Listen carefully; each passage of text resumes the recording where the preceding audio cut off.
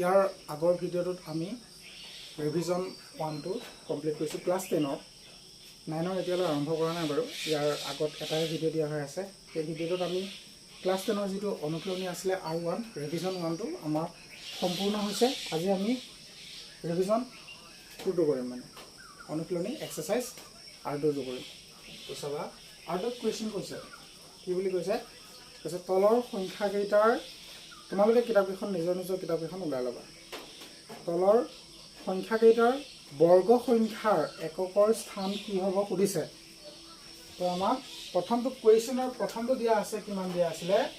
272 দিয়া আছে। ছেকেণ্ড নম্বৰটো দিয়া আছে 79, থাৰ্ড নম্বৰটো দিয়া আছে, থাৰ্ড নম্বৰটো 400 দিয়া আছে আৰু ফৰ্থ নম্বৰটো দিয়া আছে 2637 দিয়া আছে। তো আমি কি কৰিব লাগে বুলি ক'লে চাবা, আমি এই সংখ্যাটোক বৰ্গ কৰি আমি শেষত যিটো ফল পাম তাৰ একৰ স্থানৰ সংখ্যাটো কিমান আমি তাক তাক ক'ব লাগে। তো তাৰ কাৰণে আমি গোটেই অংকটো কৰি থকাৰ কোনো প্ৰয়োজন নাই। তো আমাক যিহেতু ইয়াক বৰ্গ কৰি এককৰ স্থানৰ অংকটোহে সুধিছে, আমি তাৰ কাৰণে কি কৰিব লাগে, গোটেই সংখ্যাটোকে বৰ্গ কৰি থাকিব নালাগে, মানে দৰকাৰ নাই। তো কি কৰিম চাবা, লাষ্টৰ সংখ্যাটো এককৰ স্থানৰ সংখ্যাটোক আমি বৰ্গ কৰিলে এককৰ স্থানত যিটো পাম সেইটোৱে হ'ব গোটেই সংখ্যাটোক বৰ্গ কৰি পোৱা সংখ্যাটোৰ এককৰ স্থানৰ অংকটো। তো চাবা, আমি গোটেই সংখ্যাটোক এতিয়া বৰ্গ নকৰোঁ, জাষ্ট কেৱল কি কৰিম শেষৰটোকহে বৰ্গ কৰিম। চাবা 2ৰ যদি বৰ্গ কৰোঁ তেতিয়াহ'লে কিমান হ'ব, আমি চাইডত পাতি দিছোঁ বাৰু। 2ৰ বৰ্গ কৰিলে আমি কিমান পাম, 4 পাম। তো আমি গম পালোঁ যে ইয়াৰ এককৰ স্থানৰ সংখ্যাটো কি হ'ব বুলি ক'লে, ইয়াৰ এককৰ স্থানৰ সংখ্যাটো লিখি দিবা, ইয়াৰ এককৰ স্থানৰ সংখ্যাটো 4। মই ডাইৰেক্টলি এনচাৰটো পাতি দিছোঁ, কেনেকৈ হ'ব দেখা দিছোঁ, তোমালোকে খালি লাইনত লিখি দিবা যে ইমানক বৰ্গ কৰি পোৱা সংখ্যাটোৰ এককৰ স্থানৰ সংখ্যাটো হ'ব 4। ঠিক তেনেধৰণে কি কৰিবা, ছেকেণ্ড নম্বৰ এনচাৰটোৰ কি হ'ব চাবা। ছেকেণ্ড নম্বৰ এনচাৰটোৰ এতিয়া চাবা, ছেকেণ্ড নম্বৰ কুৱেশ্যন কিমান আছিলে 79 দিয়া আছিলে। 79ৰ এককৰ স্থানৰ সংখ্যাটো কি বুলি ক'লে 9 হ'ব। আমি ইয়াক বৰ্গ কৰি দিম। তো চাবা 9ক যদি আমি বৰ্গ কৰোঁ কিমান ওলাব, 9ৰ স্কুৱেৰ মানে কি বুজায়, তো 9 স্কুৱেৰ থাকিলে কি কৰিব লাগে, একেটা সংখ্যাকে ডাবল মাল্টিপ্লাই কৰিব লাগে। 2ৰ ওপৰত স্কুৱেৰ আছে মানে 2 পূৰণ 2 কৰিলে 4 পালোঁ। 9ৰ ওপৰত স্কুৱেৰ আছে মানে কি কৰিব লাগে, 9 পূৰণ 9 কৰিব লাগে। যদি স্কুৱেৰ থাকিলে বুজি নোপোৱা তেতিয়াহ'লে এনেধৰণৰ হ'ব। চাবা তো এনেধৰণৰ নহয় যে কোনোবাই মানে সকলোৱে বুজি পাব বা তেনেধৰণৰ কথা নাথাকে, কোনোবাই হয়তো বুজি নাপাবও পাৰে, সেইকাৰণে এইটো তেনেধৰণত কৰি দিছোঁ বাৰু, সহজকৈ কৰি দিছোঁ বাৰু, কাৰণ চব একে ধৰণৰ ষ্টুডেণ্ট নাথাকে। চাবা 9ৰ স্কুৱেৰ কৰিলে কিমান ওলায়, 9ৰ স্কুৱেৰ কৰিলে কিন্তু 9 মাল্টিপ্লাই বাই 9, অৰ্থাৎ কিমান হয় 9 9 গুণ 81, হয়নে? তো এতিয়া কি হ'ব বুলি ক'লে চাবা, 9ক স্কুৱেৰ কৰিলে আমি 81 পাওঁ। 81ৰ কি হয়, এককৰ স্থানৰ সংখ্যাটো হৈছে 1। মানে আমি গম পালোঁ যে এই গোটেই 79টোকে যদিও আমি বৰ্গ কৰোঁ তেতিয়াহ'লে এককৰ স্থানৰ সংখ্যাটো আমি 1 পাম। তো আমাৰ ইয়াৰ এককৰ স্থানৰ সংখ্যাটো কি হ'ব বুলি ক'লে, ইয়াৰ এককৰ স্থানৰ সংখ্যাটো 1 হ'ব। লিখি দিবা যে ইমানৰ এককৰ স্থানৰ সংখ্যাটো হ'ব 4, 79ৰ এককৰ স্থানৰ সংখ্যাটো হ'ব 1। তোমালোকে লিখি দিবা, মই ডাইৰেক্টলি এনচাৰটো কৰি গৈছোঁ বাৰু। এতিয়া চাবা থাৰ্ড নম্বৰ কুৱেশ্যনটো কি হ'ব। থাৰ্ড নম্বৰ কুৱেশ্যনত কিমান দিয়া আছে, 400 দিয়া আছে। তো 400ৰ এতিয়া এককৰ স্থানৰ সংখ্যাটো কি হ'ব বুলি ক'লে চাই লওঁ। 400 এককৰ স্থানৰ সংখ্যাটো বৰ্তমান আছে আমাৰ কি হ'ব, 0 আছে। এই 400ক যদি আমি স্কুৱেৰ কৰি দিওঁ তেতিয়াহ'লে আমাৰ এককৰ স্থানত কি ওলাব সেইটো আমাক সুধিছে। তো আমি কি কৰি দিম, 0ৰ স্কুৱেৰ কৰি আমি যিটো পাম, এককৰ স্থানত যিটো পাম সেইটোৱে 400ক স্কুৱেৰ কৰি এককৰ স্থানত পোৱা সংখ্যাটো একেটাই হ'ব। তো এতিয়া আমি যদি 0ক স্কুৱেৰ কৰোঁ তেতিয়াহ'লে মানে 0 মাল্টিপ্লাই বাই 0, 0 যাৰ লগতে পূৰণ নকৰাকৈও কি হ'ব, 0 হ'ব। তো 0ৰ স্কুৱেৰ মানে কি বুজায়, 0ৰ স্কুৱেৰ মানে 0 হ'ব। তোমালোকে লিখি দিবা যে 400ৰ বৰ্গ কৰি পোৱা সংখ্যাটোৰ এককৰ স্থানৰ অংকটো হ'ব 0। এককৰ স্থানৰ সংখ্যাটো নিলিখিবা, এককৰ স্থানৰ অংকটো লিখিবা। এইটো হৈছে 3 নম্বৰ কুৱেশ্যন 3 নম্বৰটোৰ এনসাৰটো হ'ব 0 তাৰপিছত বুজি পাইছা চাগে আশা কৰিছো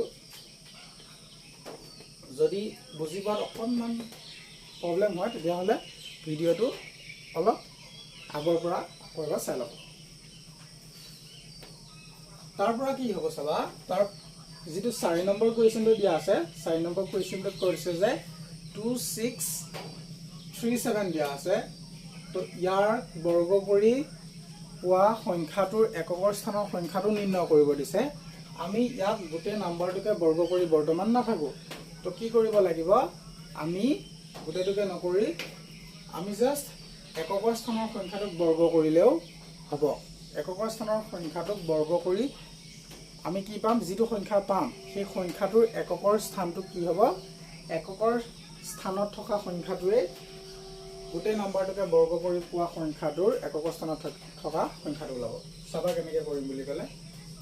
ইয়াৰ এককৰ স্থানত থকা সংখ্যাটো হৈছে 7 কথাটো গম পাইছানে এককৰ স্থান মানে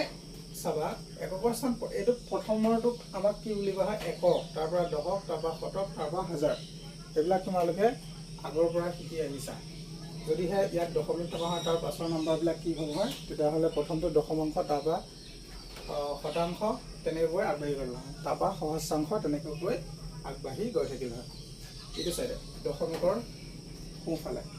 বাওঁফালে একক দশক শতক হাজাৰ এনেকৈ আগবাঢ়ি গৈ থাকিব এতিয়া চাবা ইয়াত এককৰ স্থানত কি আছে বুলি ক'লে এককৰ স্থানত থকা সংখ্যাটো হৈছে 7 তো এতিয়া আমি কি কৰিম 7ৰ স্কুৱেৰটো চাই ল'ম 7ক যদি আমি স্কুৱেৰ কৰোঁ তেতিয়াহ'লে কিমান ল'ব বুলি ক'লে 7ৰ স্কুৱেৰ বৰাবৰ 7 7 যে কিমান হয় 7 7 গুণ 49 হয় 49ৰ এককৰ স্থানত থকা সংখ্যাটো কি বুলি ক'লে 49ৰ এককৰ স্থানত থকা সংখ্যাটো হৈছে এই 9টো তো কি হ'ব এই সংখ্যাটোৰ লিখি দিবা 2637 সংখ্যাটোৰ বৰ্গ কৰি পোৱা সংখ্যাটোৰ এককৰ স্থানত থকা অংকটো হ'ব 9 আশা কৰোঁ সকলোৱে বুজি পাইছা তাৰ পৰা আমি এতিয়া কুৱেশ্যন নম্বৰ 2 লৈ আগবাঢ়িম এইটো কুৱেশ্যন নম্বৰ 1 আছিলে ৰিভিজন এইটো এক্সাৰসাইজ আছিলে R2 কুৱেশ্যন নম্বৰ 1 আছিলে আমাৰ 1 টো কমপ্লিট হৈছে এতিয়া আমি কুৱেশ্যন নম্বৰ 2 লৈ যাম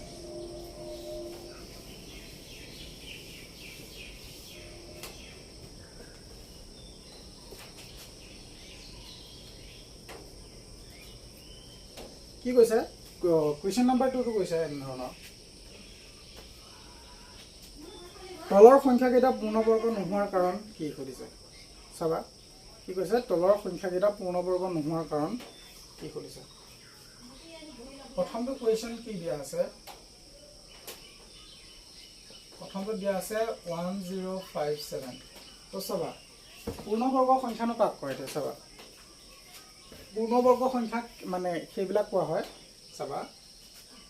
1ৰ স্কুৱেৰ কৰিলে কেনে কিমান ওলায় 1 ওলায় এইটো এটা পূৰ্ণবৰ্গ সংখ্যা 2ক স্কুৱেৰ কৰিলে কিমান ওলায় 2 স্কুৱেৰ কৰিলে কেনে ওলাব কিমান ওলাব বাৰু 2 2 গুণ 4 তো ঠিক তেনেধৰণে 3ৰ স্কুৱেৰ কৰিলে আমি কিমান পাওঁ 3 3 গুণ 9 4ক স্কুৱেৰ কৰিলে কিমান পাওঁ 4 4 গুণ 16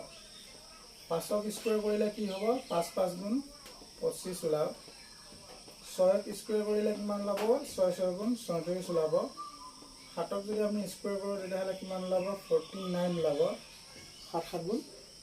49 ওলাব তো 8ক স্কুৱেৰ কৰিলে কি কৰিব লাগিব তো 8 8 গুণ 64 ওলাব 9ক স্কুৱেৰ কৰিলে ঠিক তেনেধৰণে 9 9 গুণ 81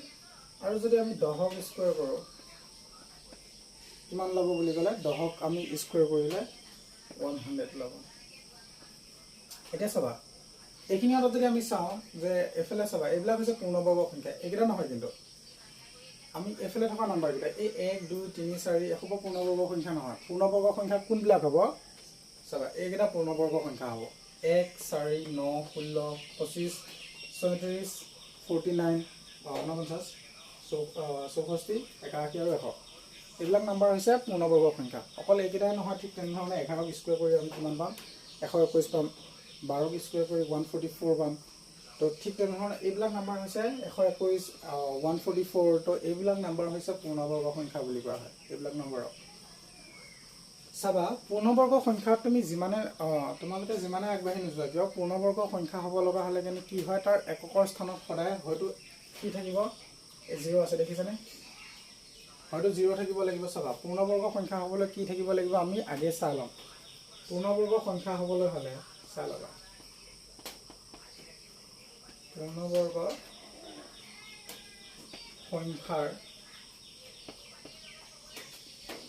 এককৰ স্থানৰ সংখ্যা এককৰ স্থানৰ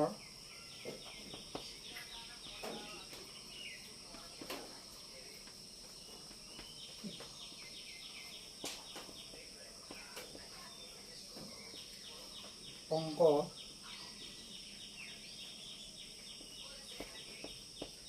সদায় কি হ'ব চাবা তোমালোক যিমানে আগবাঢ়ি নোযোৱা কিয় চাবা হয়তো আমাৰ 0 ওলাব এককৰ স্থানৰ অংকটো, নতুবা 1 ওলাব, নতুবা 4 ওলাব। এককৰ স্থানটোহে চাই আছো দেই। নতুবা কিমান ওলাব এইটো চাবা 5 ওলাব, 6 ওলাব, 9 ওলাব। এইটো চাবা 4 ওলায়, 5 ওলায়, এইটো 4 ওলাইছে। এককৰ স্থানত আকৌ 5 ওলায়, এককৰ স্থানত 6 ওলায়, তাৰপিছত আকৌ কি ওলায় 9 ওলায়। তো এইকেইটা সংখ্যাৰ বাহিৰে বেলেগ নোলায়। আৰু আমি 11 স্কুৱেৰ কৰিলেও কিমান ওলাব 121। 121ত আমাৰ কিমান থাকিব এককৰ স্থানৰ অংকটো থাকিব 1। তেনেধৰণে 12ক স্কুৱেৰ যদি কৰোঁ আমাৰ তেতিয়াহ'লে কিমান থাকিব 12ক স্কুৱেৰ কৰিলে আমাৰ থাকিব 144 হয়। তো 144ক কি হ'ব তো লাষ্টৰ সংখ্যাটো 4। তাৰমানে যিমানে তুমি স্কুৱেৰ পাৰফেক্ট স্কুৱেৰ নাম্বাৰ ওলাই নোযোৱা কিয় পূৰ্ণবৰ্গ সংখ্যা ওলাই নোযোৱা কিয় পূৰ্ণবৰ্গ সংখ্যা হ'বলৈ হ'লে তাৰ সদায় এককৰ স্থানৰ অংকটো কি হ'ব লাগিব হয়তো 0 নতুবা 1। এককৰ স্থানৰ অংকটো কথা কৈছোঁ। তো কি হ'ব হয়তো 0 ওলাব লাগিব, নতুবা 1, নতুবা 4, নতুবা 5, নতুবা 6, নতুবা 9 ওলাব লাগিব। ইয়াৰ বাহিৰে যদি বাদ বাকী বেলেগ নাম্বাৰ থাকে সংখ্যা এটাৰ পাছফালে মানে এককৰ স্থানত যদিহে 2 থাকে, 3 থাকে, তাৰ পৰা কি থাকিব তাৰ পৰা 7, 8 এইবিলাক নাম্বাৰ থাকিলে কি হ'ব সি কেতিয়াও পূৰ্ণবৰ্গ সংখ্যা হ'ব নোৱাৰে। তো কথাটো বুজি পাইছা বুলি আশা থাকিলে। তো এতিয়া চাবা কি হ'ব বুলি ক'লে আমি প্ৰথমটোৰ এনচাৰ এনেধৰণে দিব পাৰোঁ। চাবা ইয়াৰ পূৰ্ণবৰ্গ নোহোৱাৰ কাৰণ কি, কাৰণ আমি জানো যে পূৰ্ণবৰ্গ সংখ্যা হ'বলৈ হ'লে এককৰ স্থানৰ অংকটো সদায় কি হ'ব লাগিব হয়তো 0 হ'ব লাগিব, 1 হ'ব লাগিব, নতুবা 4 হ'ব লাগিব, কি হয় নতুবা 5 হ'ব লাগিব, নতুবা 6, নতুবা 9 হ'ব লাগিব। তো আমি এইটো কথা গম পাওঁ। তো আমি কি ক'ম যে কি হয় আমি ক'ম যে ইয়াক ক'ব পাৰোঁ যে পূৰ্ণ এককৰ লিখি দিবা এইবিলাক এনেকৈ লিখি দিবা পূৰ্ণবৰ্গ সংখ্যা হ'বলৈ হ'লে কি কৰিব লাগিব এককৰ স্থানৰ অংকটো সদায় ইমান হ'ব লাগিব। তো ইয়াত যিহেতু এককৰ স্থানৰ অংকটোত কি নাই এই নাম্বাৰকেইটাৰ ভিতৰত নাই, গতিকে এইটো কি হ'ব নোৱাৰে পূৰ্ণবৰ্গ সংখ্যা হ'ব নোৱাৰে। তাই লিখি দিব পাৰা যে পূৰ্ণবৰ্গ সংখ্যা নোহোৱাৰ কাৰণ কি সুধিছে। পূৰ্ণবৰ্গ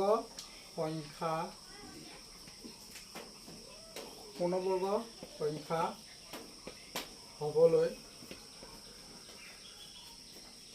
এককৰ স্থানত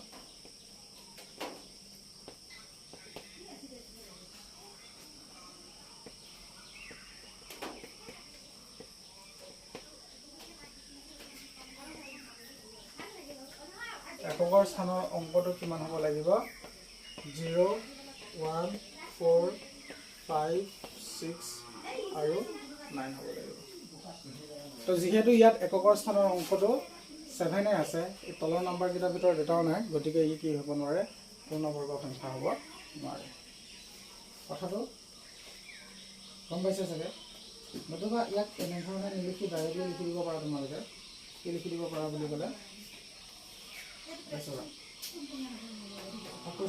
কিমান দিয়া আছিলে হয়তো এনেধৰণে লিখি দিব পাৰা যে পূৰ্ণবৰ্গ সংখ্যা হ'বলৈ এককৰ স্থানৰ অংকটো কি হ'ব লাগিব 0, 1, নতুবা 4 হ'ব লাগিব, নতুবা 5 হ'ব লাগিব, নতুবা 6, নতুবা 9 হ'ব লাগিব। এনেধৰণৰ হ'ব লাগে। ইয়াত এনেধৰণেও লিখিব পাৰা কুৱেশ্যনৰ এনচাৰটো, নতুবা এনেধৰণেও লিখিব পাৰা। নতুবা ইয়াক আকৌ কেনেধৰণে লিখিব পাৰোঁ মই লিখি দিছোঁ বাৰু চাবা, যাতে তোমালোকে ভুল নকৰা। তো কি হ'ব, যিহেতু সংখ্যাটোৰ কিয় পূৰ্ণবৰ্গ নহয় সুধিছে, যিহেতু সংখ্যাটো এককৰ স্থানৰ অংকটো লিখি দেবা। এককৰ স্থানৰ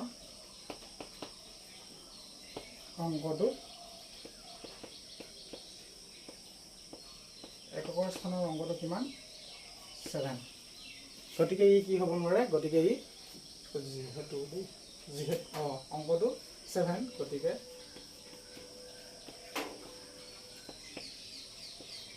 ই পূৰ্ণবৰ্গ নহয়।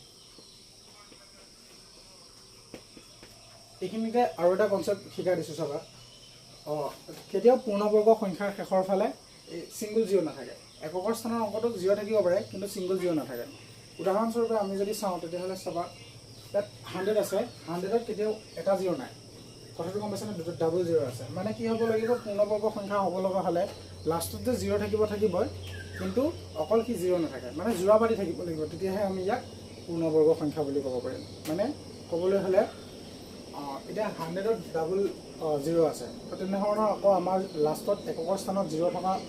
আমি যদি পাৰফেক্ট স্কুৱেৰ নাম্বাৰ ওলাওঁ তেতিয়াহ'লে কিমান ওলাব বুলি ক'লে চাবা, তো যিকোনো এটা নাম্বাৰৰ পাছতে মানে ডাবল জিৰ' থাকিব লাগিব। তো ওলাব পাৰে, তেতিয়া মানে ওলোৱা চান্সেছ থাকিব, যদিহে শেষৰ নাম্বাৰটোৰ এককৰ স্থানত আৰু দশকৰ স্থানতো মিলাব পাৰে। এককৰ দশকৰ বুলি কথা নাথাকে, শূন্যকেইটা যাতে জোৰবাদি থাকে, সেইটো আমি লক্ষ্য কৰিব লাগে।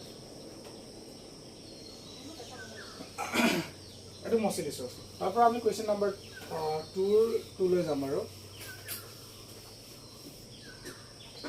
কিমান দিয়া আছে? 7928 দিয়া আছে, নহয় জানো? তো ইয়াৰ কি হ'ব, ইয়াৰ পূৰ্ণবৰ্গ নোহোৱাৰ কাৰণ কি? ইয়াৰ পূৰ্ণবৰ্গ নোহোৱাৰ কাৰণ হৈছে, কাৰণ আমি জানো যে পূৰ্ণবৰ্গ সংখ্যা হ'বলৈ হ'লে সংখ্যাটোৰ এককৰ স্থানত কি থাকিব লাগিব, হয়তো 0 থাকিব লাগিব, নতুবা 1 থাকিব লাগিব, নতুবা 4 থাকিব লাগিব, নতুবা 5 থাকিব লাগিব, নতুবা 6 থাকিব লাগিব, নহ'লে 9 এইকেইটা নম্বৰ থাকিব লাগে। তো ইয়াত কি আছে, ইয়াৰ এককৰ স্থানৰ অংকটো 8হে আছে। তো ইয়াত আমি জানো যে পূৰ্ণবৰ্গ সংখ্যা হ'বলৈ হ'লে এককৰ স্থানত সদায় কি থাকিব লাগিব, 0, নতুবা 1 থাকিব লাগিব, 4, 5, 6, 9 এনেধৰণৰ সংখ্যাবোৰ থাকিব লাগিব। তো ইয়াত নাই, তো আমি কি ক'ব পাৰোঁ যে ই এটা পূৰ্ণবৰ্গ সংখ্যা নহয়। কিয় নহয়, কাৰণটো দেখাম। কাৰণটো এই কাৰণে যে এককৰ স্থানৰ অংকটো কি আছে, 8হে আছে। তো এককৰ স্থানৰ অংকটো যদি 8 থাকে, কেনেকৈ ই সম্ভৱে নহয়। তো চাবা, কি ক'ম যে পূৰ্ণবৰ্গ নোহোৱাৰ কাৰণটো আমি দেখাম এনেধৰণৰ।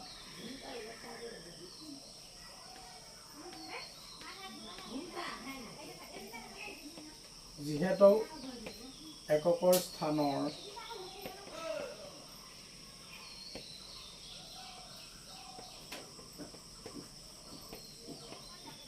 অংকটো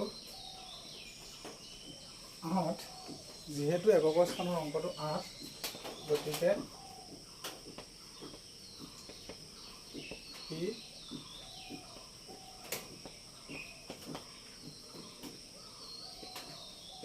পূৰ্ণবৰ্গ সংখ্যা নহয়।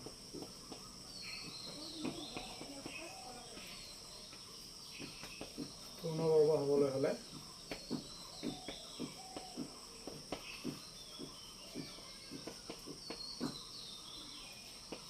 সংখ্যা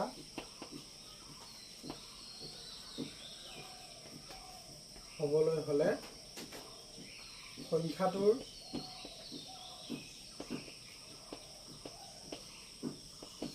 এককৰ স্থানৰ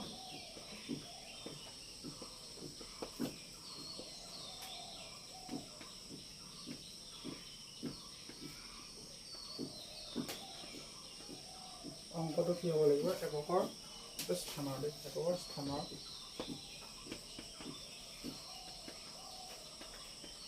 অংকটো কি হ'ব লাগিব,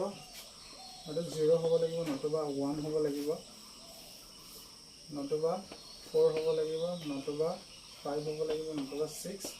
নতুবা 9 হ'ব লাগিব। এইটো তো বুজি পাইছা বুলি আশা থাকিলে। যদি বুজি পোৱা নাই আকৌ ইয়াক কি কৰি ল'বা, ভিডিঅ'টো অলপ আগুৱাই চাই ল'বা। তো আমাৰ কুৱেশ্যন নাম্বাৰ 2টো কমপ্লিট হৈছে। তোমালোকে কৰা যদি প'জ কৰি লোৱা লিখিবা বাৰু দেই, প'জ কৰি ল'বা আৰু স্ক্ৰীনশ্বট মাৰিবা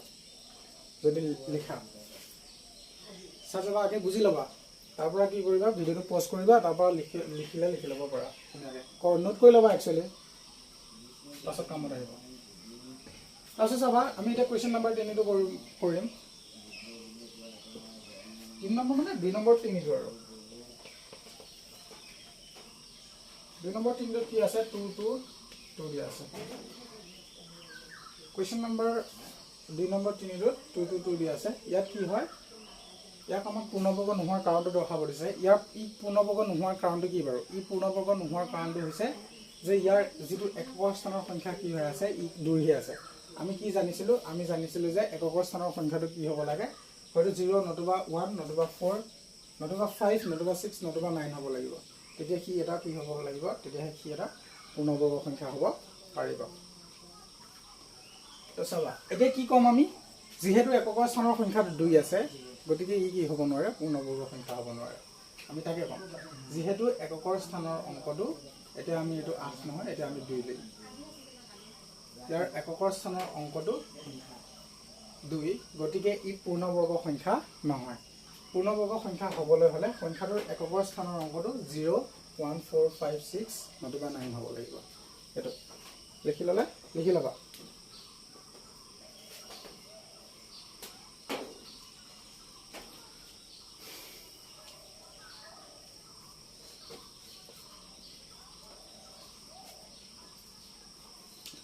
তাৰপাছত তাৰপাছত দিয়া আছে 6 নম্বৰটো দিয়া আছে। 6 নম্বৰটো দিয়া আছে 640 দিয়া আছে। এতিয়া চাবা আমাক কুৱেশ্যনত কি কৈছে যে পূৰ্ণবৰ্গ নোহোৱাৰ কাৰণকেইটা দৰ্শাব দিছে। এতিয়া তোমালোকে দেখিব পাৰা যে ইয়াৰ এককৰ স্থানৰ অংকটোতো কি আছে, 0 আছে, গতিকে ই পূৰ্ণবৰ্গ সংখ্যা হয় বুলি ভাবিব পাৰা। কিন্তু ই একচুৱেলি পূৰ্ণবৰ্গ সংখ্যা নহয়। কিয় নহয় বুলি ক'লে চাবা, মই অলপ আগতে কৈছোঁ যে পূৰ্ণবৰ্গ সংখ্যা হ'বলৈ হ'লে এককৰ স্থানত 0 থাকিব লাগিব, হয় জানো বাৰু। কিন্তু কি হ'ব, ই অকল এককৰ স্থানত 0 থাকিলে মানে পচিবল নহয় যে ই এটা পূৰ্ণবৰ্গ সংখ্যা হ'ব লাগিব। এককৰ স্থানত 0 থাকিলে নহ'ব, মানে কি হ'ব, 0 কেইটা একচুৱেলি যোৰা পাতিও থাকিব লাগিব, তেতিয়াহে ই এটা পূৰ্ণবৰ্গ সংখ্যা হ'ব। যেনেধৰণে 100 ডাবল মানে এযোৰ হৈ আছে, ঠিক তেনেধৰণে ডাবল 0 থকা হ'ল হয়, যিকোনো এটা নাম্বাৰ পিছতে। চাবা নাম্বাৰটো যদি পূৰ্ণবৰ্গ সংখ্যা হয়, পূৰ্ণবৰ্গ সংখ্যা হ'বলৈ হ'লে তাৰ পাছত মানে ডাবল 0 থাকিব লাগিব, এইটো কম্পালচৰি থাকে। তো চাবা, সেইটো কাৰণে আমি কি ক'ব লাগিব যে ইয়াত 0 আছে, হয় এককৰ স্থানত 0 আছে, কিন্তু ই কি হৈ থকা নাই, জোৰ পাতি থকা নাই।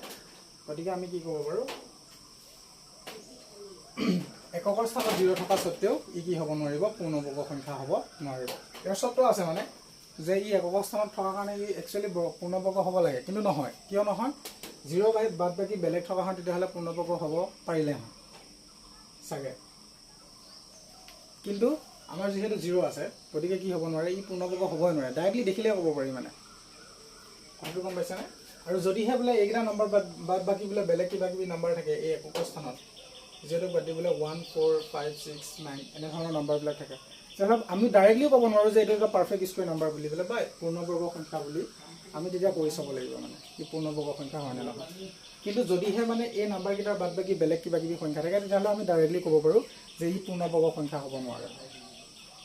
তো এতিয়া চাবা, আমাৰ যিহেতু লাষ্টৰ এটাহে 0 আছে, যোৰা পাতি থকা নাই, গতিকে কি হ'ব নোৱাৰে, ই পূৰ্ণবৰ্গ সংখ্যা হ'ব নোৱাৰে। আমি তাকে লিখিম, যিহেতু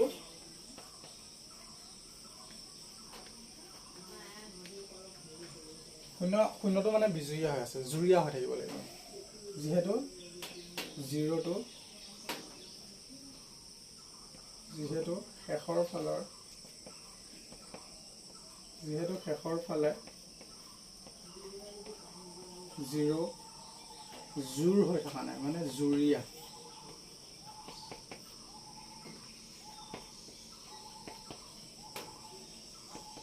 হৈ থকা নাই গতিকে কি হ'ব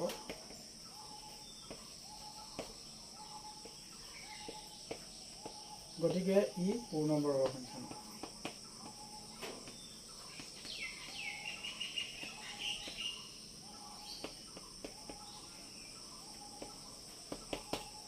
গতিকে ই কি নহয় ই পূৰ্ণবৰ্গ সংখ্যা নহয় কোৱেশ্চন নম্বৰ 2 টো কমপ্লিট হৈছে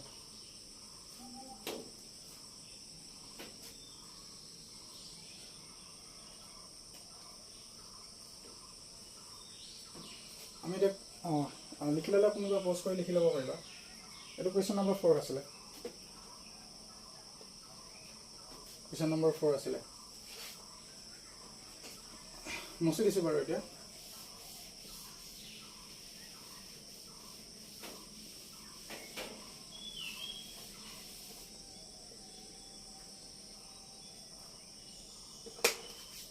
কুৱেশ্যন নম্বৰ 3 টো কি কৈছে কুৱেশ্যন নম্বৰ 3 টোত কৈছে যে তলৰ সংখ্যাকেইটা বৰ্গ কিমান হ'ব সুধিছে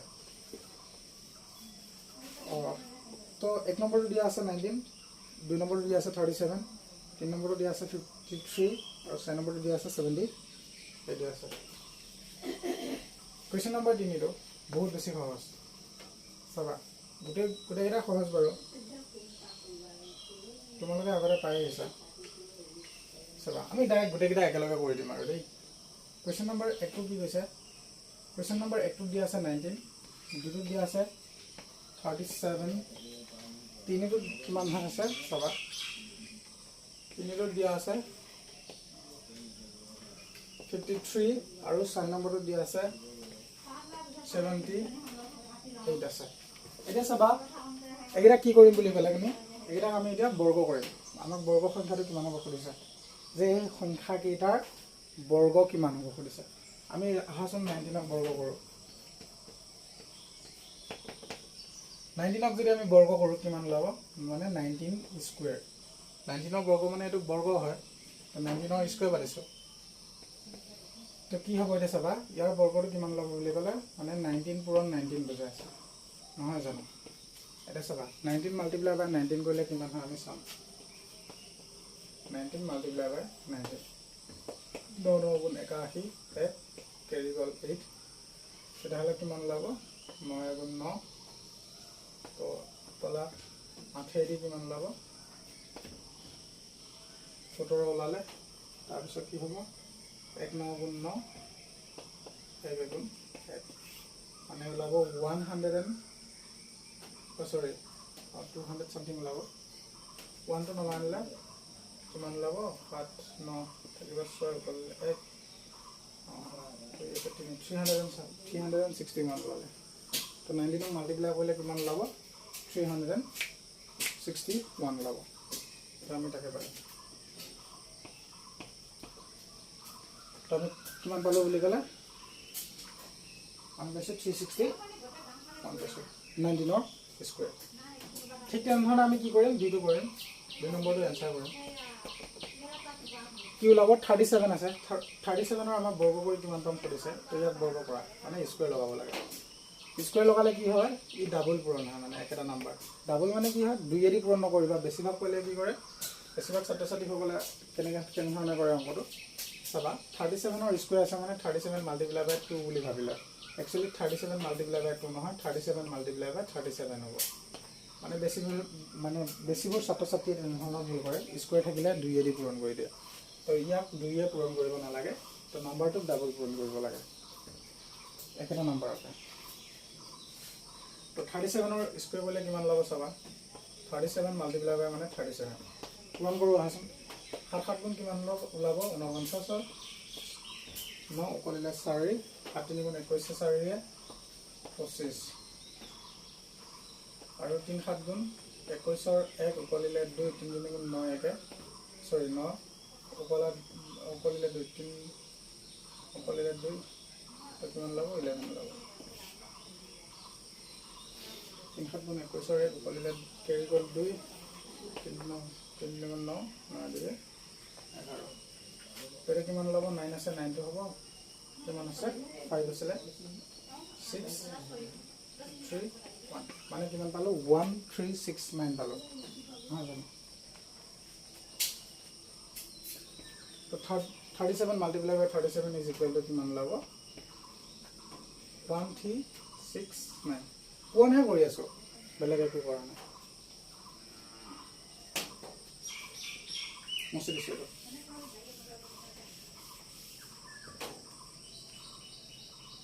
তোমালোকে কাম এটা কৰিব পাৰা যে মই এতিয়া গোটেইকেইটা অংকটো কৰিমে ভিডিঅ'টো প'ষ্ট কৰি তোমালোকে নিজে এবাৰ ট্ৰাই কৰি ল'বা তো তাৰপাছত আকৌ লগা হয় ভুল হ'লে কি কৰিবা আকৌ ভিডিঅ'টো চাবা আগে অংকটো এবাৰ প্ৰেক্টিছ কৰি চাবা কাৰণ আমি দুটা বুজাই দিছোঁ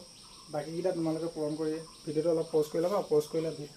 কি কৰিবা এইকেইটা ওলাবৰ কাৰণে চেষ্টা কৰিবা তাৰপিছত ভিডিঅ'টো প্লে কৰি দিবা চাই ল'বা তো কি ওলাব 53 আছে 53 আমি কি কৰিব লাগে বৰ্গ কৰি পোৱা সংখ্যাটো কিমান সুধিছে তো কি কৰিব লাগিব 53 ক আমি কি কৰিব লাগিব স্কয়াৰ কৰিব লাগিব তো আমি 53 ক আমি কি কৰিলো স্কয়াৰ কৰিলো স্কয়াৰ পাতিছো তো কি হ'ব মানে 53 মাল্টিপ্লাই বাই 53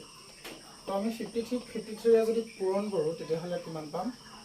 আমি চাওঁ 53 পূৰণ 53 মানে হৈছে 3 3 গুণ 9 তাৰ পৰা 3 5 গুণ 15 3 5 গুণ 15 5 উপৰিলে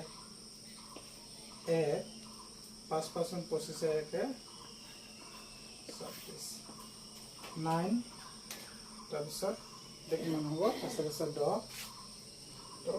10ৰ শূন্য উপৰিলে 1 এইটো 7 হ'ব 7 1 8 হ'ব 2টো নামি আহিব 2809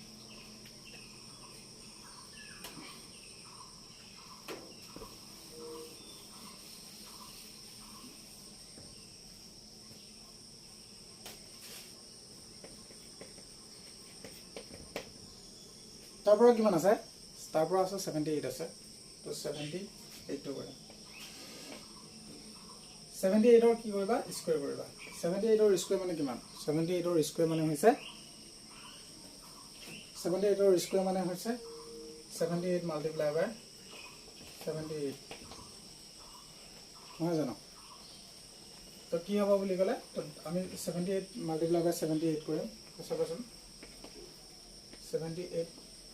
যদি 78 মাল্টিপ্লাই কৰোঁ কিমান ওলাব তো এটা 64 ওলাব 6 তাৰপিছত এটা আমি এইটো পূৰণ কৰিম 56 6 তাৰপিছত আহিব 62 তাৰ পৰা 56 গুণ 56 কৰিলে 5 তাৰপিছত 49 লগত যদি 5 যোগ কৰোঁ তেতিয়াহ'লে ওলাব 54 এতিয়া 4 6 8 ওলাব 10 কিমান পালোঁ 6084 ওলাব এতিয়া আমি কি কৰিব লাগে এতিয়া আমি কৰিম 3 নম্বৰটো কমপ্লিট হৈছে এতিয়া আমি 4 নম্বৰ কুৱেশ্যন কৰিম চাই ল'ব তোমালোকে এবাৰ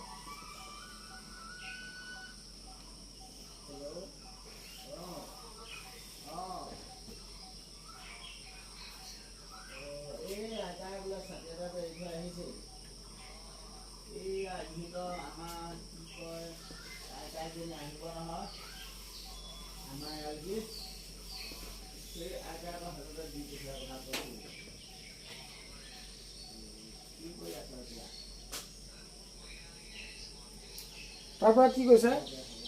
3 নম্বৰটো হৈ গ'ল এটা 4 নম্বৰ কৰিম বাৰু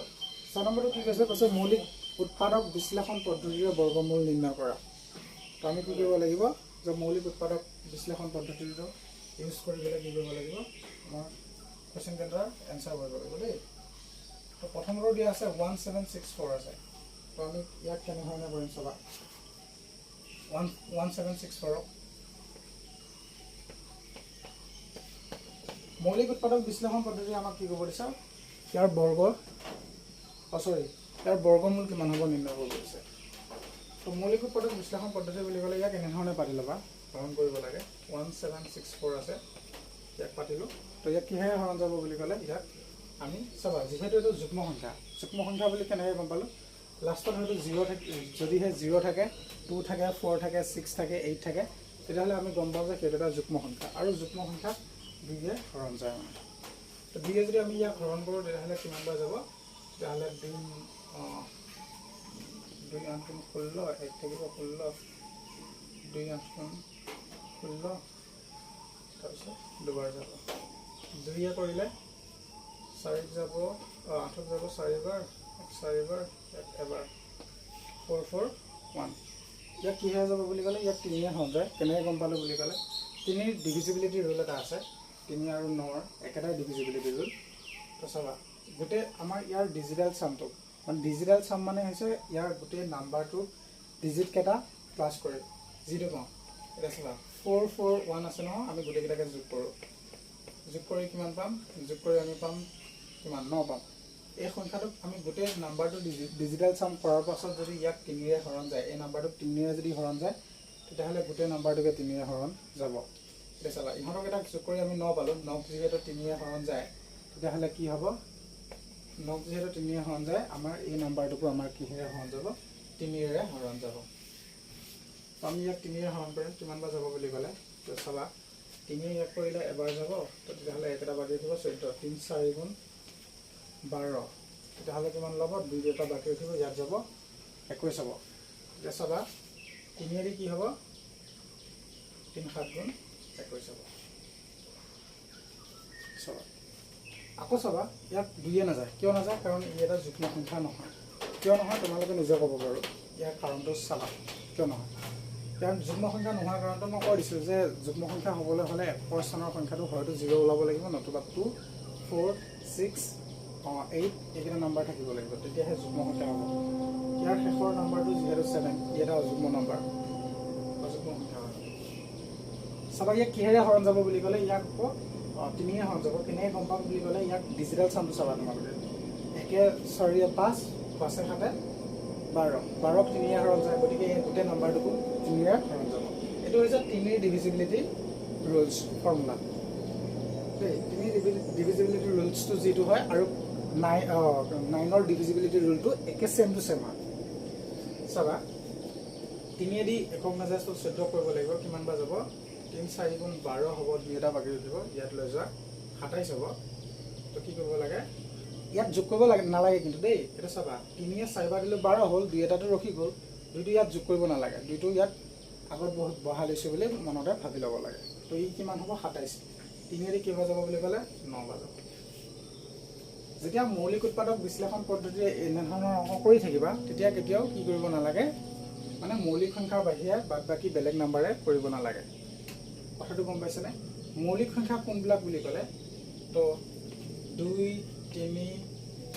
5 7 তাৰ পৰা আহিব 11 তাৰ পৰা 13 17 19 এনেধৰণৰ নাম্বাৰবোৰ আগবাঢ়ি যাব 23 তেনেধৰণে আগবাঢ়ি গৈ থাকিব তো সেই নাম্বাৰবোৰ হৈছে মৌলিক সংখ্যা কথাটো গম পাইছেনে তো মৌলিক সংখ্যাবিলাক তো ওলাই চাবা তোমালোকে আৰু গোটেই 25টা 1ৰ পৰা 100লৈকে বেছি নহ'লে মানে 1ৰ পৰা 100লৈকে 25টা মৌলিক সংখ্যা আছে সেই 25টা মৌলিক সংখ্যা তোমালোকৰ মনত ৰখাবা তোমালোকে পাছত মানে সুবিধা হ'ব তো আমি গম পালোঁ যে ইয়াক কি আছে ইয়াক 2 নাযায় কাৰণ ই একক স্থানৰ অংকটো মানে যুগ্ম সংখ্যা নাই তো ই গোটেইটো এটা যুগ্ম সংখ্যা নহয় তো 2 নাযায় 3ও ইয়াক নাযায় বাৰু 3 ডিভিজিবিলিটি ৰুলটো চোৱা 9 লগত 4 যোগ কৰিলে 13 হয় 13ক 3 হৰণ নাযায় গতিকে 3 হৰণ নাযায় ইয়াক 5ৰেও হৰণ নাযায় কিয় বুলি ক'লে 5ৰ ডিভিজিবিলিটি ৰুল হৈছে 5এ সেইবোৰ সংখ্যাকে হৰণ যাব যদিহে তাৰ সংখ্যাটোৰ এককৰ স্থানত 0 থাকিব লাগিব নতুবা 5 থাকিব লাগিব তো 5এ নাযায় তো আমি কিহে কৰিব লাগিব 7এ কৰিব লাগিব 7এ 49ক কেইবাৰ যাব বুলি ক'লে 7 7 গুণ 49 হ'ব তো আমি এতিয়া কিমান পালোঁ 1764 মানে কিমান পালোঁ 2 multiplied by 2 multiplied by 3 multiplied by 3 multiplied by 7 multiplied by 7 পালোঁ যদি আমি ইয়াৰ ওপৰত কি কৈছে ইয়াৰ বৰ্গমূলটোহে বিচাৰিছে তো ইয়াৰ বৰ্গমূলটো ইয়াত পাতি দিয়াৰ লগতে ইয়াতো বৰ্গমূল আহি যাব আমাৰ এই নাম্বাৰটোৰ মানে বৰ্গমূলটো বিচাৰিছিলে তো আমি এই সংখ্যাটোৰ ওপৰত কি কৰিলোঁ ৰুট অভাৰ পাৰ্ট লগালোঁ বৰ্গমূলৰ চিনটো লগাই দিলোঁ তেনেহ'লে কি হ'ব চাবা এইফালেও কি হৈ যাব বৰ্গমূলৰ চিনটো আমি দি দিব লাগিব ইয়াৰ পৰা বৰ্গমূল নাইকিয়া কৰিব লগা হ'লে মানে কি কৰিব লাগিব চাবা তো আমি জোৰা পাতিব লাগিব দুটাৰ পৰা এটা আৰু দুটাৰ পৰা এটা ল'ম দুটা দুইৰ পৰা এটা দি ল'লোঁ দুটা তিনিৰ পৰা এটা তিনি ল'লোঁ আৰু দুটা সাতৰ পৰা এটা সাত ল'লোঁ এতিয়া গোটেইকেইটা পূৰণ কৰি দিয়া 2 3 গুণ 6 6 7 গুণ 42 তো 42 ওলাব ইয়াৰ উত্তৰটো তাৰমানে আমি গম পালোঁ যে 1764 ৰ কি হয় বৰ্গমূলটো কি হয় 1764 ৰ বৰ্গমূলটো কিমান ল'ব বুলি ক'লে 42 লিখি দিবা এতেকে নিৰ্ণয়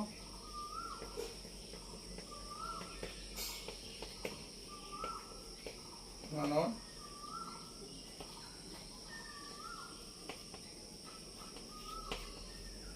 বৰ্গমূল কিমান ল'ব 42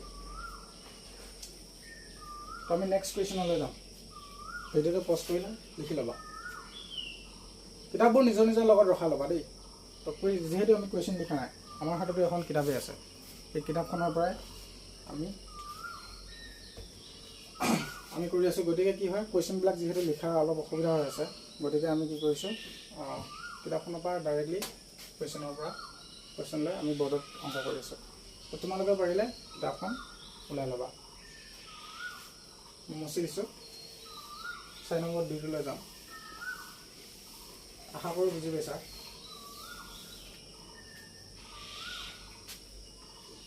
সেকেন্ড নম্বৰটো কি আছে 9216 আছে 2 নম্বৰটো দেই তো 9261ক আমি কি কৰিব লাগে এনেধৰণে পাতি ল'বা ইয়াক কিহে যাব বুলি ক'লে ইয়াক 2 যাব কেনেকৈ গম পালোঁ বুলি ক'লে কাৰণ ই এটা যুগ্ম সংখ্যা তো আমি ইয়াক কৰিলে কিমান যাব 2 যদি আমি কৰোঁ তাহলে কিমান ল'ব বুলি ক'লে 2 4 গুণ 8 ইয়াত একেটা বাকী ৰখিল তো ইয়াত যাব 12 হ'ব ইয়াত যাব 12 তো কিমান যাব 2 ছবা যাব আৰু যেহেতু একক নাযায় কিমান হ'ব এইটো মাজতে 0 দিয়া তেতিয়াহ'লে এইটো কি ওলাই যাব 16 2 8 গুণ 16 আকৌ এটা যুগ্ম সংখ্যা পালোঁ 2 হৰণ পাৰোঁ 2 2 গুণ 4 ওলাব 2 3 গুণ 6 তাৰপিছত 0 নাযায় 0 দিয়া তাৰপৰা 8 যাব 6 যাব আকৌ যুগ্ম সংখ্যা যেহেতু 2 হৰণ যাব তো কিমান ল'ব বুলি ক'লে 2 ইয়াত যাব এবাৰ যাব ইয়াত যাব এবাৰ তাৰপিছত একটা বাকী ৰাখিব ইয়াত গ'ল 10 হ'ল 2 5 গুণ 10 আৰু 2 2 গুণ 4 এইটো আকৌ যুগ্ম সংখ্যা পালোঁ আকৌ 2 হৰণ যাব কিমান বাৰ যাব বুলি ক'লে একক নাযায় তো ডাবল নাম্বাৰলৈ কৰিম তো 11 পূৰণ কৰিম কিমান হ'ব 2 5 গুণ 10 একেটা বাকী ৰাখিব ইয়াত যাব 15 হ'ব 2 7 গুণ 14 হ'ব তাৰপিছত ইয়াত 14 হ'লে কি হ'ব বুলি ক'লে একেটা বাকী ৰাখিব ইয়াত লৈ যোৱা ইয়ালৈ কেৰি কৰা তো 12 হ'ব তেতিয়াহ'লে 2 ইয়াত কিমান বাৰ যাব বুলি ক'লে 6 বাৰ যাব তো আকৌ এটা যুগ্ম সংখ্যা পালোঁ তো ইয়াক আকৌ 2 হৰণ কৰিম 2 যদি আমি ইয়াক হৰণ কৰোঁ কিমান বাৰ যাব চাবা তো 5ক যাব 2 বাৰ 2 গুণ 4 একেটা বাকী ৰাখিব ইয়াত 17 হ'ব 2 8 গুণ 16 একেটা বাকী ৰাখিব ইয়াত লৈ যোৱা 16 হ'ব আকৌ 8 তো ই আকৌ এটা যুগ্ম সংখ্যা পালোঁ তো ইয়াক কি কৰিবা আকৌ 2 হৰণ কৰিবা কিমান বাৰ যাব বুলি ক'লে 144 বাৰ যাব ইয়াক কৰা ইয়াক কিমান বাৰ যাব বুলি ক'লে তো ইয়াক যাব 144ক যাব 72 বাৰ আকৌ 72ক 2 আকৌ যুগ্ম সংখ্যা পালোঁ আকৌ 2 হৰণ যাব 36 বাৰ যাব ইয়াক যাব কিমান বাৰ বুলি ক'লে 36ক 2 হৰণ কিমান বাৰ যাব বুলি ক'লে 18 বাৰ যাব 18টো এটা যুগ্ম সংখ্যা 2 কৰা কিমান বাৰ যাব 2 যাব 9 বাৰ আৰু 9 কিহেৰে যায় বুলি ক'লে 2 নাযায় এই যুগ্ম সংখ্যা নহয় গতিকে কি হ'ব 3 যাব 3 কিমান বাৰ যাব 3 বাৰ যাব গতিকে আমি গম পালোঁ যে 9216 বৰাবৰ কিমান হয় 2 মাল্টিপ্লাই বাই 2 কেইটা 2 আছে গন্তি কৰি ল'ম 1 2 3 4 5 6 7 8 9 10 10টা আছে 1 2 3 4 5 6 7 8 9 10 10টা 2 পাতিব লাগিব চাবা আমাৰ ফালৰ পৰা কোন ধৰিব চাগে 2 multiply by 2 multiply by 2 multiply by 2 10টা কেটা 4টা 5টা 6টা 7টা 8টা 9টা 10টা তাৰ পৰা 3 দুটা আছে 3 দুটা পাতি দিয়া এফালে ৰুট অভাৰ বহুৱাৰ লগতে ইটো সাইডে ৰুট অভাৰ বহিব এটা একেটা লাইনতে পাতি দিবা দেই এফালে একেটা তলত লিখি ল'বা তোমালোকে মোৰ নধৰাৰ কাৰণে আমি ছাইডত লিখি লৈছোঁ। তো কি কৰিবা, তো ইয়াক আমি নধৰাৰ কাৰণেহে ছাইডত লিখিছোঁ দেই, এইটো আমি কৰি দিছোঁ বাৰু। কথাখিনি তলত লিখি ল'বা। এতিয়া চাবা, আমি বৰ্গমূল আঁতৰ কৰিব লগা হয়। এইটো চাইডৰ পৰা বৰ্গমূল আঁতৰ কৰিবৰ কাৰণে কি কৰিম, যোৰা পাতিম। এযোৰ, দুযোৰ, তিনিযোৰ,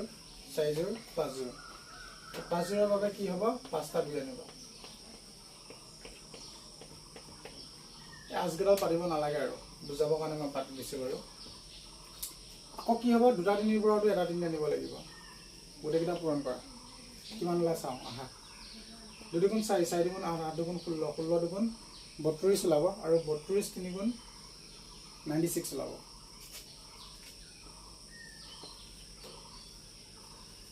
তো আমি ইয়াৰ বৰ্গমূল কিমান পালোঁ দেখি দিবা। এটাকে নিৰ্ণয়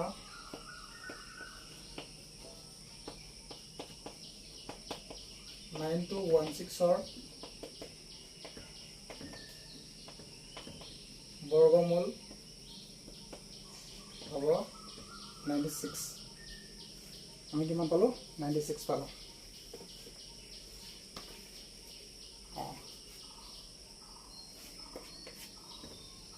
লিখি ল'লে লিখি ল'বা, স্ক্ৰীনশ্বট লৈ ল'ব পাৰা ল'লে।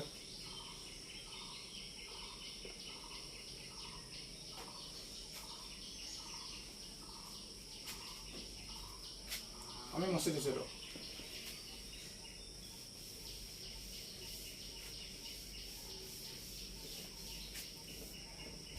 এতিয়া আমি 4 নম্বৰ 3টো কৰিম বাৰু। 4 নম্বৰ 3টো কি আছে,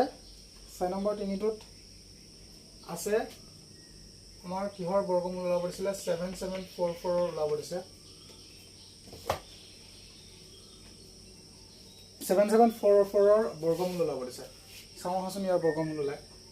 কিমান ওলায়। 2 দি কৰি চাম আমি। প্ৰথম আমি মৌলিক উৎপাদক বিশ্লেষণ, ইয়াৰ আৰু এটা মেথড আছে, আমি হৰণ কৰি উলিয়াব পাৰোঁ। তো হৰণৰ অলপ ষ্টাইলটো বেলেগ হয় বাৰু, বৰ্গমূল ওলোৱা হৰণটো।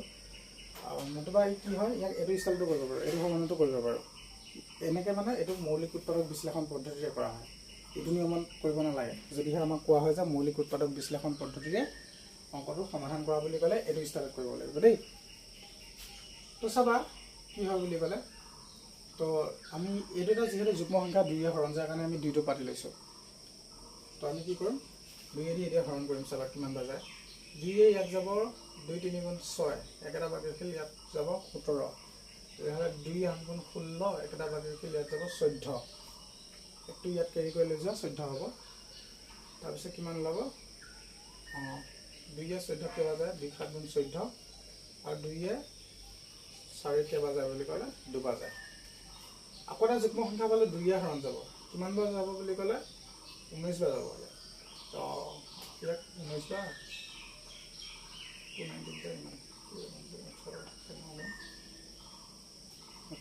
19, তাৰপিছত 2 7 যাব 3 বাৰ, 2 3 গুণ 6, একেটা বাকী ৰাখিল ইয়াত যাব 12, 2 6 গুণ 12 হ'ব। আকৌ এটা যুগ্ম সংখ্যা পালোঁ, 2 হৰণ কৰিব লাগিব। 2 দি একক নাযায়, গতিকে কি হ'ব, ডাবল নাম্বাৰলৈ কৰিবা। ডাবল নাম্বাৰলৈ কৰিলে কি হ'ব, 19 হ'ব। 19ক যদি আমি 2 হৰণ কৰোঁ তেতিয়াহ'লে কিমান বাৰ যাব, 2 9 গুণ 18 হ'ব, একেটা বাকী ৰাখিব, ইয়ালৈ যোৱা 13 হ'ব। 2 6 গুণ 12, একেটা বাকী ৰাখিব, ইয়ালৈ যোৱা 16 হ'ব। 2 8 বাৰ যাব, 2 8 গুণ 16 ওলাব। আকৌ যুগ্ম সংখ্যা 2 হৰণ কৰা,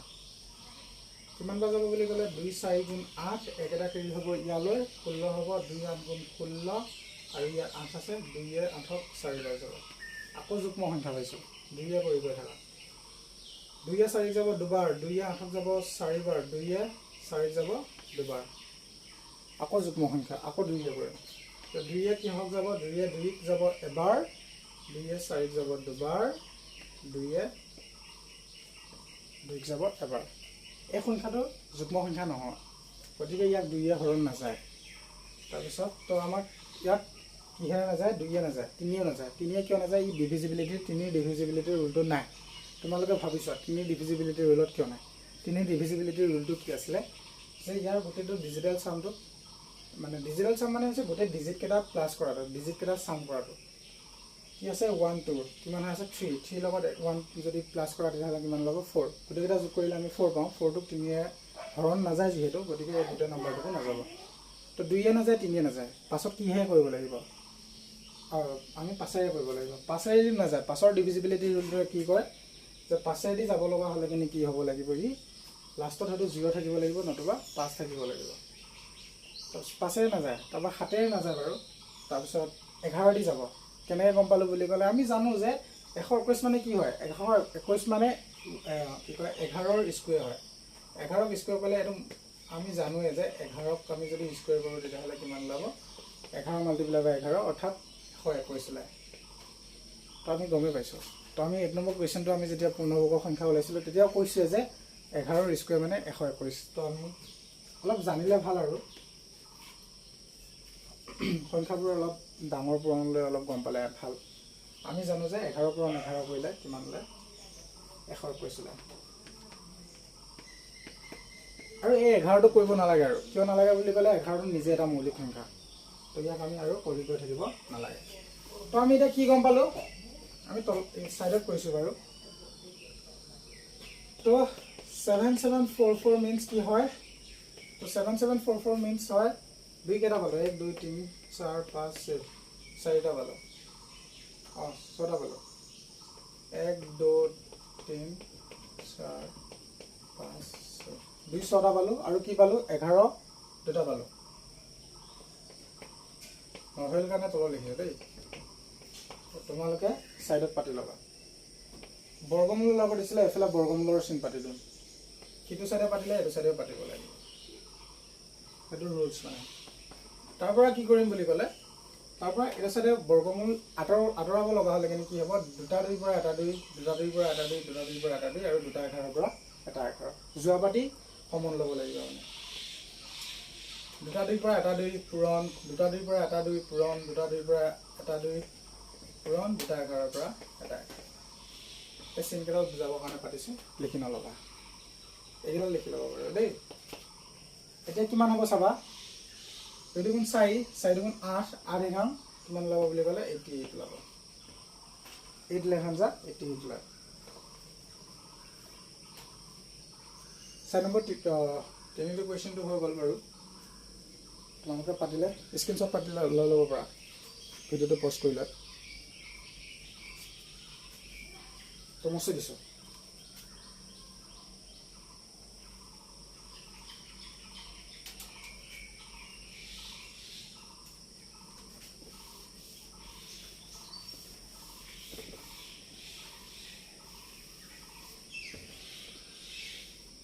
অঁ 4 নম্বৰ আৰু এটা ৰখি আছে বাৰু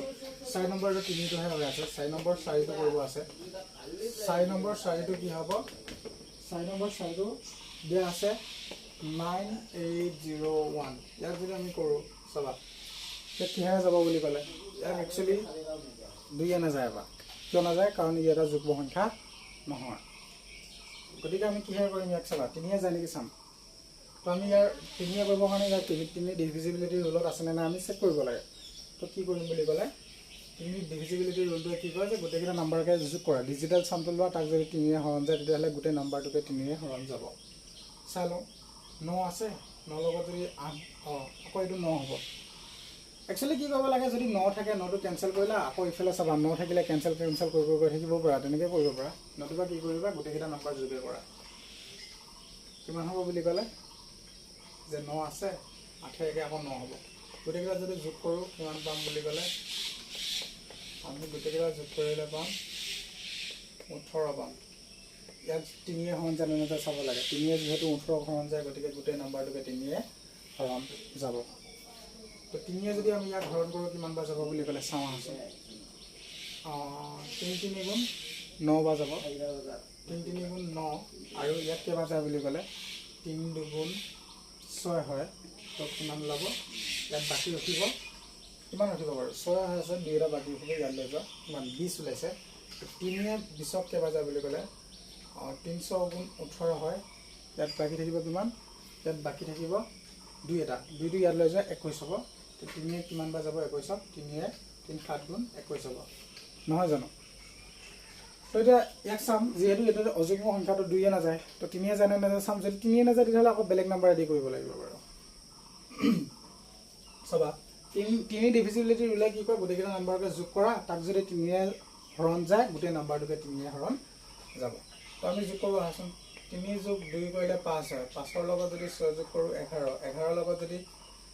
7 যোগ কৰোঁ তেতিয়াহ'লে পাম আকৌ 18 পাম 18ক 3 হৰণ যায় নহয় জানো অঁ ঠিক আছে বাৰু 18ক 3 হৰণ যায় তো আমি কি হ'ব ইয়াক 3 হৰণ কৰি দিম 3 কিমান বাৰ হৰণ যায় বুলি ক'লে 3 হৰণ যাব চাবা 3 ইয়াক যাব 3 গুণ 3 হ'ব দুইটোক যিহেতু নাযায় আমি ইয়াক 0 পাতি দিম 3 2 হৰণ যায় জানো 3 2 হৰণ নাযায় গতিকে আমি কি কৰিব লাগিব 3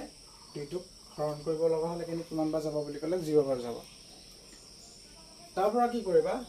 ইয়াৰ দুইটো তেতিয়া ক'ত যাব গুচি কাৰণ 3 0 গুণ 0 হৈ আছে দুইটো তেতিয়া ইয়াত গুচি যাব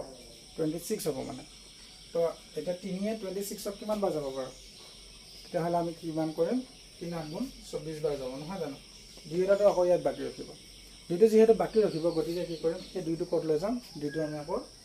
5ৰ নাম্বাৰটো লৈ যাম মানে কিমান ওলাবগৈ 27 হ'বগৈ তেতিয়া 3 গুণ কিমান ওলাব ইয়াক 27 হ'ব দেই আকৌ ইয়াক কিমানে যায় চাবা তো ইয়াক আকৌ চাবা যে ইয়াক আকৌ 3 যায় কেনেকৈ গম পালোঁ বুলি ক'লে 1ৰ লগত 8 যোগ কৰিলে 9 9 9 18 18 আকৌ 3 হৰণ যায় 3 কৰা 3 1ক নাযায় দুটা নাম্বাৰ লৈ কৰা তো কিমান হ'ব 3 3 বাৰ যাব 3 3 গুণ 9 হ'ব একেটা বাকী ৰাখিব ইয়াত লৈ যোৱা 18 হ'ল 300 গুণ কিমান ওলাব 18 হ'ব আৰু 3 ইয়াত কিমান বাৰ যাব বুলি ক'লে 3 বাৰ যাব আকৌ কি কৰিম বুলি ক'লে আকৌ ইয়াত 3 হৰণ যায় চোৱাচোন লাষ্টতো 3 আছে ইয়াতো 3 আছে তো 3 ডিভিজিবিলিটি ল'লে কি কৰে যে গোটেইকেইটা নাম্বাৰকে যোগ কৰা 3 হৰণ যায় নে নাযায় চোৱা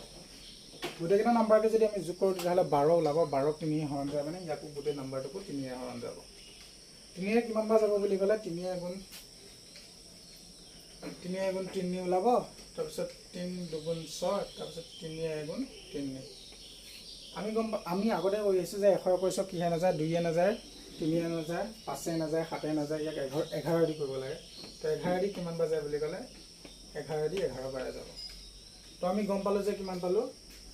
9801 বৰাবৰ কিমান ওলায় 3 মাল্টিপ্লাই বাই 3 মাল্টিপ্লাই বাই 3 মাল্টিপ্লাই বাই 3 মাল্টিপ্লাই বাই 11 মাল্টিপ্লাই বাই তো মাল্টিপ্লাই বাই 11 এইটো চাইডে আমি বৰ্গমূল যেতিয়া পাতিম এইটো চাইডে বৰ্গমূল পতাৰ লগতে আমি এইটো চাইডেও আমি কি কৰিব লাগিব বৰ্গমূলৰ চিনটো পাতিব লাগিব কিয় এইটো চাইডে বৰ্গমূল পাতিলোঁ জানানে কাৰণ কি হয় আমাক অংকটোত বৰ্গমূলটোহে ওলাব দিছে কাৰ বৰ্গমূল ওলাব দিছিলে 9801ৰ বৰ্গমূল ওলাব দিছে চাবা কেনেকৈ ওলাম বুলি ক'লে এতিয়া আমি চাবা এফালে বৰ্গমূল আঁতৰ কৰিব লগা হ'লে কি কৰিবা যোৰা পাতিবা 2 3ৰ পৰা 1 3 আহিব আকৌ 2 3ৰ পৰা 1 3 আহিব 2 11ৰ পৰা 1 11 আহিব তেতিয়াহ'লে কিমান ওলাব চাবা 3 3 গুণ 9 তাৰপিছত 9 11 99 ওলাব